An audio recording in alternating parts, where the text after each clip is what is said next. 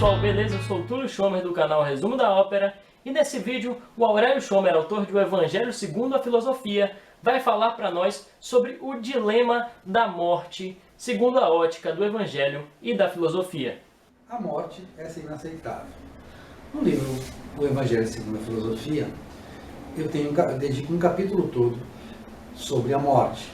A morte, a promessa de vida eterna que está no Evangelho, e a morte do ponto de vista da filosofia.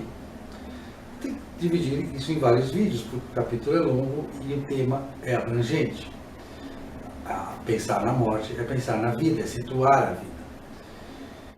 Começo o capítulo tratando de opinião de dois filósofos bastante trágicos.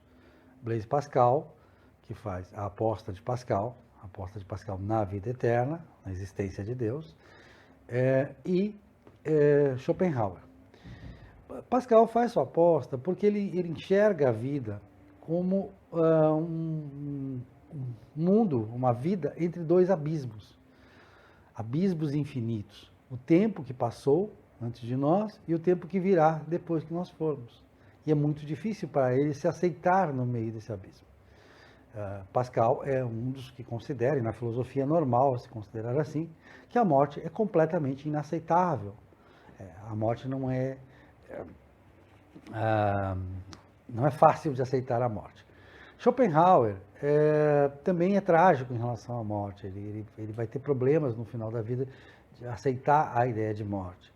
Ele tenta se consolar, diz que nós nos consolamos da morte com os sofrimentos da vida e nos consolamos dos sofrimentos da morte com a vida, ou seja, a vida compensa a morte compensa a vida, como as duas são trágicas, na verdade.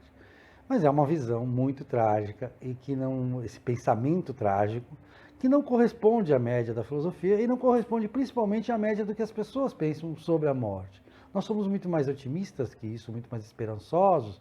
Nós evitamos pensar a morte de uma maneira como uma aniquilação. Então, uma das teorias muito populares na história, e no Oriente ela é determinante, mas também muito forte no Ocidente, inclusive os fariseus do tempo de Jesus acreditavam nela, é a reencarnação, chamada em filosofia de metempsicose. Até Schopenhauer, que não acreditava em Deus, acreditava em metempsicose, ou seja, em reencarnação. Entre nós ocidentais, os germânicos, eles têm uma forma interessante de ver a reencarnação, a metempsicose, que seria que o corpo pertence à linhagem.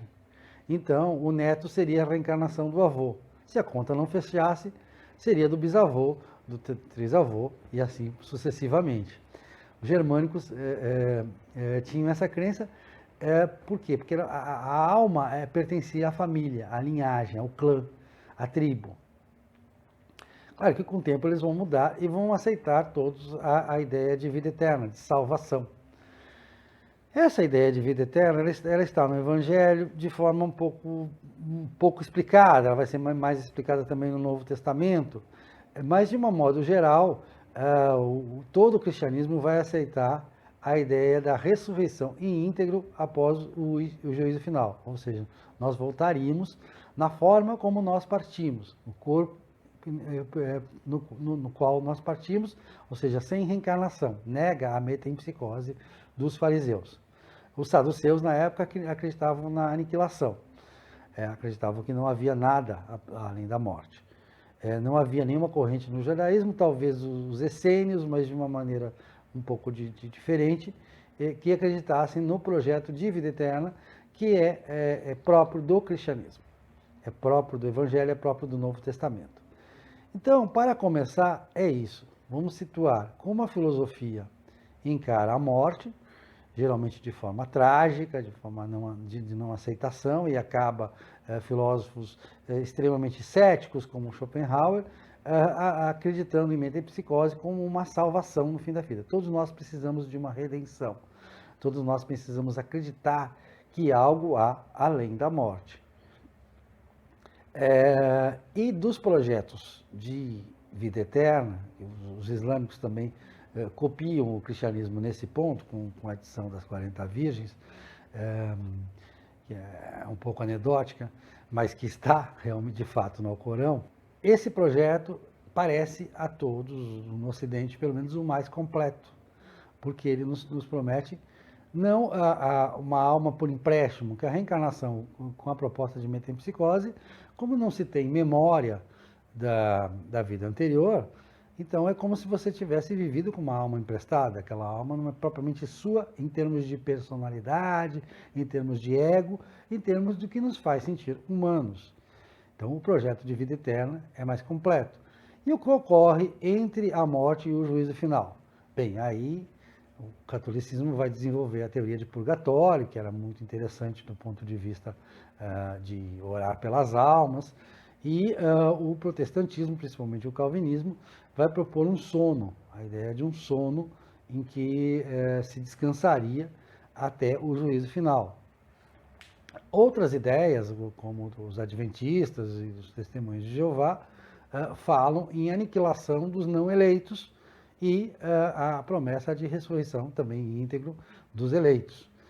São as únicas teorias que pensam numa aniquilação completa do ser, até porque os adventistas não falam em alma.